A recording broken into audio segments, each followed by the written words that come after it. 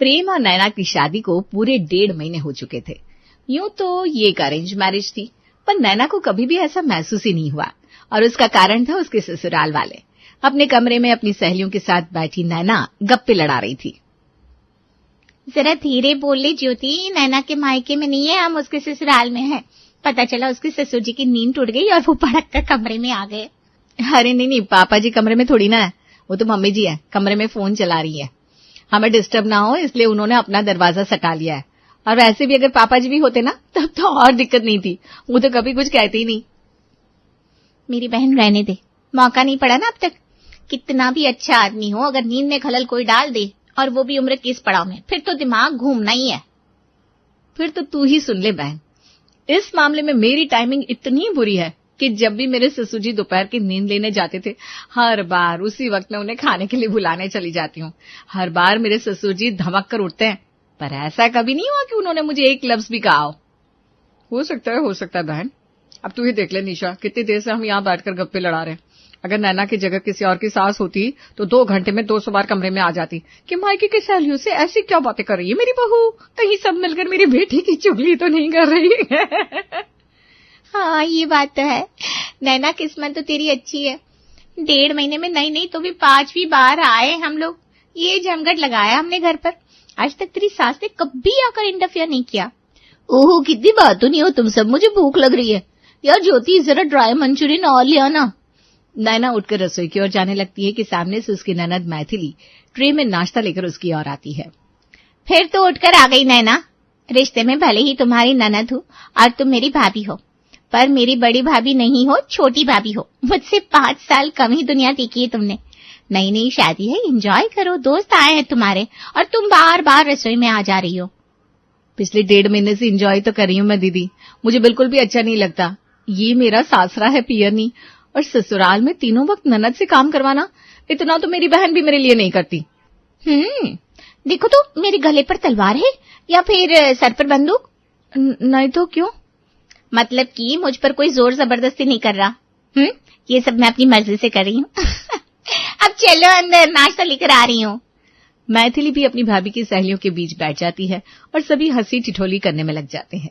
रात को खाने के बाद घर की बहू नैना अपने सास ससुर और पति के साथ खाने की टेबल पर बैठी हुई थी। तभी रसोई से मैथिली गर्मा गर्म फुलके लाकर सभी के प्लेट में रखते हुए कहती है, इनका फोन आया था मम्मी, अब ये मुझे वापस बुला रहे हैं। अब तो नैना भी इस घर में अच्छे से सेटल हो गई है, तो मुझे अब जाना होगा मम्मी। तू चली जाएगी बेटा? चली जाएगी मतलब जाना ही चाहिए। और शादी के बाद 1.5 महीने मायके में रुकना मुझे तो समझ में नहीं आ रहा था। वो तो तेरी सास अच्छी है बेटा, वरना शादी के बाद सास ससुर तो बहुओं को 5 दिन भी मायके में छोड़ना नहीं चाहते। ये बिल्कुल सही कहा पापा आपने। इस मामले में मेरे ससुराल वाले मेरे मायके वाले से कम नहीं है। खाने के बाद नैना अपनी ननद के बैग को पैक करने में उसकी मदद करती है कि तभी मैथिली नैना से कहती है, अब तक तो मेरी बहन ज्यादा थी और भाभी का, पर अब तुम्हें भाभी ज्यादा बनना होगा नैना। मेरा मतलब है कि अब नैना के बहू के फॉर्म में आने का वक्त आ गया है। कल से तो मैं चली जाऊंगी, फिर रसोई तुम्हें ही संभालिए नैना। मुझे पूरा भरोसा है कि तुम इस घर को बांध कर चलोगी। बस एक चीज याद रखना, चीजों को मन से करना, शाही तरीके से। कोई चीज आम या खास नहीं होती, उसे खास तो हम बनाते हैं।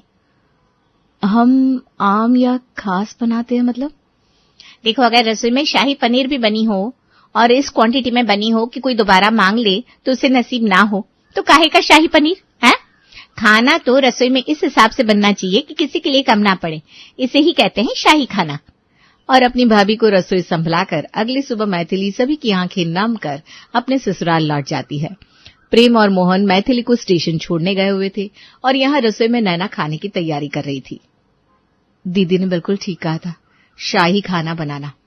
पापा और प्रेम के आने में अभी 45 मिनट तो है, इतनी देर में दोपहर का खाना आराम से बन जाएगा। तो आज नैना बनाएगी शाही दाल चावल और शाही आलू दम की सब्जी। अपनी ननद की हिदायत को ध्यान में रखते हुए नैना अच्छी तरह से छौंका लगाकर दाल चावल आलू दम की सब्जी धनिया की चटनी बनाती है। और ठीक जितना अंदाजा नैना ने लगाया था उतनी देर बाद मोहन और प्रेम वापस लौट आते हैं। तक तो इतनी चिलमिलाती धूप थी और आज देखो ये बादल हो गए, लगता है बारिश होगी। ये खुशनुमा मौसम देखकर ना भूख ज्यादा बढ़ जाती है, नहीं मम्मी? तो इस भूख को बरकरार रख बेटा, क्योंकि आज खाना नैना बना रही है। कुछ शाही दम आलू कह रही थी, पता नहीं, मैंने तो कभी खाया नहीं, अब खाऊंगी तो पता चलेगा। नैना टेबल पर लगाती है दोपहर का खाना। तो पेश है आप सबके सामने शाही घी के तड़के वाली दाल, चावल, शाही आलू दम की सब्जी और चटनी। वैसे साथ में अचार, पापड़ और सलाद भी है। पेट भरकर खाइए। शाही पनीर सुना था बहू, शाही दम आलू भी होता है? मुझे नहीं पता था। लगता है कुछ नया बनाया तूने। बिल्कुल बिल्कुल पापा जी, आप खाकर तो देखिए। सभी अपने अपने प्लेट में खाना लेने लगते हैं। सभी के प्लेट में इत्तू इत्तू सा खाना देकर नैना चिढ़ जाती है। आप लोग बाहर रेस्टोरेंट में बैठकर नहीं खा रहे हैं? जो खाना ज्यादा खाने पर बिल भरना पड़ेगा। इतनी कम दाल कौन लेता है पापा जी? रुकिए, मैं परोसती हूँ खाना। सभी की प्लेट में नैना कटोरी भर भर कर दाल देती है। अच्छी क्वांटिटी में सब्जी, चावल और चटनी परोसती है। फिर सभी खाना शुरू करते हैं। खाना तो अच्छा है, पर ये तो नॉर्मल दाल चावल और नॉर्मल आलू की सब्जी है, इसमें शाही क्या है? आश्चर्य में अपनी भौहें चढ़ाकर प्रेम अपनी माँ की ओर देखता है। मनीषा के दिमाग में भी कुछ ऐसा ही चल रहा था। बहुत ही लाजवाब खाना बनाया है बहू तूने, मजा आ गया। तू भी हमारे साथ ही बैठ जा, आजा। हाँ बहू, इसे कहते हैं पहली रसोई जो तेरी आज जाकर हुई है। बहुत अच्छा खाना है बेटा।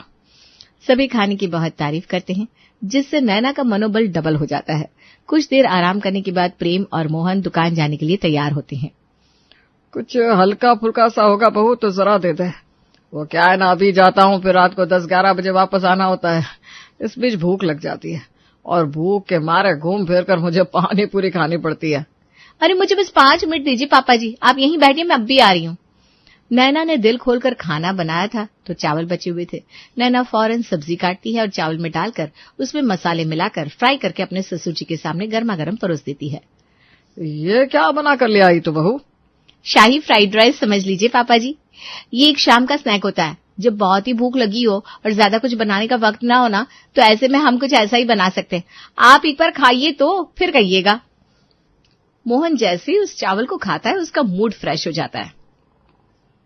जो भी लाई हो जरा थोड़ा मुझे भी चखा दो। मैं भी रात को देर से ही आता हूँ। बीच में जब भूख लगती है तो झाल मुड़ी खाकर काम चलाना पड़ता है मुझे, और उसी के कारण ये देखो तोंद बाहर आ रही है। दोनों बाप बेटे फ्राई किए हुए चावल को खाकर दुकान चले जाते हैं। एक चीज तो मान गई मैं बेटा, तेरे हाथों में बरकत तो है। रसोई ऐसे ही हरी भरी होनी चाहिए कि किसी ने खाना मांगा और उसे तुरंत मिल जाए। ये कहकर मनीषा अपनी बहू के सर पर हाथ फेरते हुए शाम की पूजा के लिए मंदिर चली जाती है। हाय मजा आ गया आज तो। सच में दीदी की बात में दम तो था। रात में भी कुछ ऐसा ही शाही बनाऊंगी, पर जिस हिसाब से मैंने दाल और सब्जी बना ली थी वो तो बचे हुए हैं। उनको ही रात में इस्तेमाल कर लूं क्या करूं? नैना ये सोच रही थी कि पड़ोसन बिमला की कामवाली हाथ में कटोरी लिए उसके दरवाजे पर पधार जाती है। अरे बहू जी, वो जरा मूंग की दाल होगी क्या? मूंग दाल? आंटी जी कब से दाल खाने लगी? उनके घर पर तो कोई दाल खाना पसंद नहीं करता। वही ना, वो क्या हुआ कि अभी बिमला भाभी को उनकी जेठ जी का फोन आया। वो और उनकी धर्मपत्नी 15 मिनट में पहुंच रहे, और भाभी की जेठ जी की थाली में जब तक दाल ना हो तब तक उनकी दाल नहीं गलती। खाने की तैयारी में इतनी हड़बड़ाई हुई है भाभी कि क्या कहूँ। उन्हें तो कुछ समझ में नहीं आ रहा था, ऊपर से रसोई में दाल भी नहीं है, तो उन्होंने मुझे आपके पास दाल लाने को भेजा। हाय मेरी शाही रसोई। तुम जाओ मंजू, मैं पीछे से आ रही हूँ। और नैना बचे हुए दाल के साथ आलू दम की सब्जी लेकर विमला के घर पहुंच जाती है। थोड़ा सा अगर आप और हड़बड़ाएंगे ना विमला आंटी, तो जो ये रायता फैला कर रखा है आपने, उसी को प्लेट पर सजाकर अंकल जी के सामने परोसना पड़ जाएगा। अरे इतना क्यों घबरा रही है आप? ये रहा बना बनाया दाल, ये रही सब्जी। अब गर्मा गर्म फुलके तो सेक ही सकती हैं आप। अरे हे भगवान, तूने तो तुरंत चमत्कार दिखा दिया। क्या बताओ बेटा, मैं ना अभी मन में ही सोच रही थी काश कहीं से दाल और सब्जी मिल जाए, और देख तू लेकर आ गई। तू ना सच में अन्नपूर्णा है बेटा। मेरे जेठ जी किसी भी वक्त पहुंचते होंगे, उनके सामने फौरन ये खाना परोस दूंगी। वो ना वरना यही कहते हैं, भाई रसोई ऐसी क्या समझ देती हो कि हमारे आते ही तैयारी शुरू करनी पड़ गई। इसी तरह दिन बीत रहे थे और आए दिन नैना की तारीफ पर तारीफ हो रही थी। आज नैना ने नाश्ते में बनाया था शाही पकौड़ा। कहाँ से शाही हुई? इसमें शाही क्या है मम्मी? ये नैना तो घूम फिर कर हर चीज को शाही बोलकर सामने परोस देती है, और तुम तो और उसकी तारीफ कर देती हो। अरे भाई, शाही बोलकर जो मूड बनाया है वैसा शाही सामने परोसो भी तो। ये क्या बात हुई बेटा, कम से कम बच्ची कोशिश तो कर रही है। ऐसा भी नहीं है कि कच्चा पक्का बिना मसाले का खाना परोस रही है। अच्छा खासा पकौड़ा तो है। अगर उसे शाही बोलने का मन है तो बोलने दो। और हाँ, खाना खाना होता है, इस तरह खाने में कमियां मत निकाला कर। इसी के कारण मैथिली भी चिढ़ती थी तुझसे। कुछ दिनों बाद एक रात बिस्तर पर लेटी हुई नैना अपना फोन चला रही थी तो प्रेम कमरे में यहां से वहां चक्कर काट रहा था। क्या हो गया, आधे घंटे से चक्कर काट रहे हो? कभी घड़ी देखते हो, कभी अपने फोन को, और फिर से चक्कर काटने लगते हो। क्या बात हो गई? बताकर क्या फायदा, तुम क्या कर सकती हो, मेरी मदद नहीं कर पाओगी। हाँ, ऐसा हो सकता है कि मैं तुम्हारी मदद खुद ना कर सकूं, पर मैं किसी ऐसे पर्सन को जानती हूं, ऐसा भी तो हो सकता है जो तुम्हारी मदद कर सके। बता कर तो देखो। अरे हाँ, ये हो सकता है। वो क्या है ना, एक पार्टी ने बड़ा ऑर्डर दिया है, अच्छी खासी 40 लाख की पार्टी है। सब कुछ अच्छा जा रहा था, सब कुछ बढ़िया जा रहा था। ऐसे में फिर गिरधारी लाल जी ने अपने मन की ख्वाहिश बयां कर दी, शाही बिरयानी खाने की, वो भी घर पर बनी हुई। अब मैं कहां से शाही बिरयानी लेकर आऊं? अगर मार्केट से लाकर उन्हें खिला दिया और उन्हें पता चल गया तो वो ऐसे ही ऑर्डर कैंसिल कर देंगे, और उन्हें अगर शाही बिरयानी नहीं खिलाए तो वैसे ही वो नाराज हो जाएंगे। और हमारे कॉम्पिटिटर तो ऐसे अच्छे क्लाइंट्स को दबोचने के लिए बैठे ही हैं। समझ में नहीं आ रहा क्या करूं। प्रेम घबराकर ये बात नैना को बता रहा था और नैना इतनी आराम से इस बात को सुन रही थी मानो कि ये कोई टेंशन की बात ही ना हो। बस इतना ही कि कुछ और बाकी है, क्योंकि अगर इतना ही है तो कोई प्रॉब्लम नहीं है, मैं बहुत अच्छी बिरयानी बनाती हूँ। अरे तुम ना रहने दो, मुझे नहीं लगता तुम बना पाओगी। ऐसी वैसी बिरयानी नहीं बनानी है, शाही बिरयानी बनानी है, शाही बिरयानी। विश्वास नहीं होता ना तो मेरे मायके में फोन करके पूछ लो, वहां हर संडे में शाही बिरयानी बनाती थी अपने भाई के लिए। तुम्हारे साले साहब के टेस्ट पर तो यकीन है ना तुम्हें, तुमसे भी मसालेदार खाना पसंद करता है वो। क्या नाम बताया था? गिरधारी लाल। तो फिर बुला लो गिरधारी लाल जी को। और मैं क्या कहती हूँ, सिर्फ उन्हें क्यों, उनकी फैमिली को भी बुला लो और हमारे दुकान के स्टाफ्स भी आ जाएंगे, सब यही खा लेंगे। इससे गिरधारी लाल जी को ये भी दिख जाएगा कि हम कैसे एकता में मानते हैं और हमारे लिए काम करने वालों को अपने परिवार की तरह ट्रीट करते हैं। अरे वाह नैना, क्या बात करती तुमने। इससे उनका ट्रस्ट हम पर और ज्यादा बढ़ जाएगा। ये सही तरीका है। तुम शाही बिरयानी की तैयारी शुरू करो, मैं फोन करके गिरधारी लाल जी को शाही बिरयानी की दावत के लिए इनवाइट कर देता हूँ। अगली सुबह मोहन और प्रेम दुकान के लिए निकल पड़ते हैं और उनके पीछे से नैना शाही दावत की तैयारी में लग जाती है। अरे भैया, ये गेंदे के फूल क्यों लगा दिए आपने? मैंने आपको गुलाब के फूल लगाने के लिए बोला था। घर पर फूलों की सजावट क्यों कर रही हो बहू? अरे मम्मी जी, आप भूल गई क्या? आज वो गिरधारी लाल जी आने वाले हैं, बस उन्हीं की खातिर मैं ये साज सजावट कर रही हूँ। वैसे ये तो कुछ भी नहीं है, मैंने तो कैटरर से तांबे के बर्तन भी मंगवाया। मैंने डाइनिंग टेबल हटा दिया मैडम, और बताइए क्या करना है?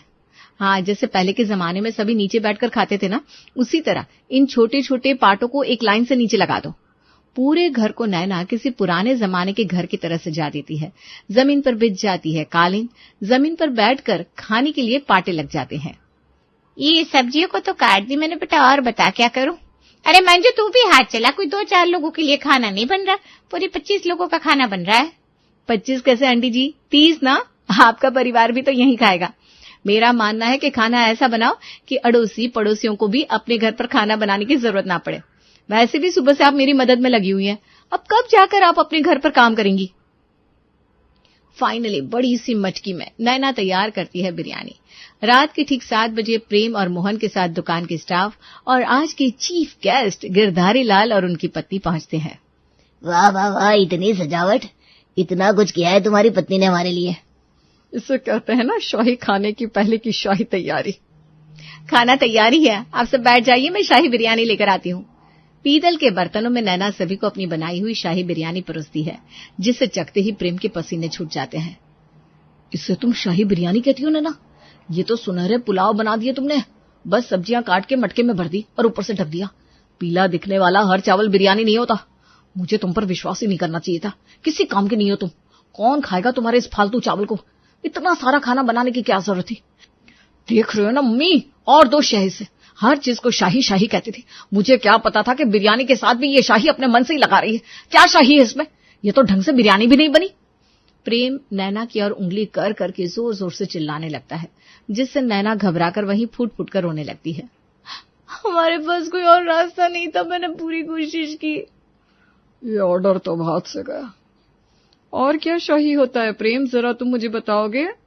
तुम्हारी रसोई में नमक कहाँ रखा है, क्या ये भी पता है तुम्हें? इतने लोगों को छोड़ो, क्या तुमने कभी 2 लोगों का खाना बनाया है? मुझे तो विश्वास नहीं हो रहा कि नैना तुमने इतना कुछ अकेले किया, इतने लोगों का खाना बनाया है। आज के जमाने में लोग जहां अपने पति को खाना डालना नहीं चाहते, तुमने पड़ोसियों को भी इनवाइट किया है, अपनी दुकान के स्टाफ को भी बुलाया है। और रो क्यों रही हो? अच्छी खासी बिरयानी बना ली है तुमने। तुम्हें देखकर ना अब मेरे अंदर भी हिम्मत आई है। जब तुम कोशिश कर सकती हो तो मैं क्यों नहीं? पूछो गिरधारी जी से, शायद ही मैंने अपने घर में कभी खाना बनाया हो। मुझे तो इतना भी नहीं आता, but now I will try. तुम्हारा मन शाही है नैना, यही है असली शाही बिरयानी। नैना की शाही बिरयानी के कारण प्रेम को ये ऑर्डर मिल जाता है और उसे अब अपनी गलती का एहसास भी हो जाता है। इस दिन के बाद वो कभी नैना को डांटता नहीं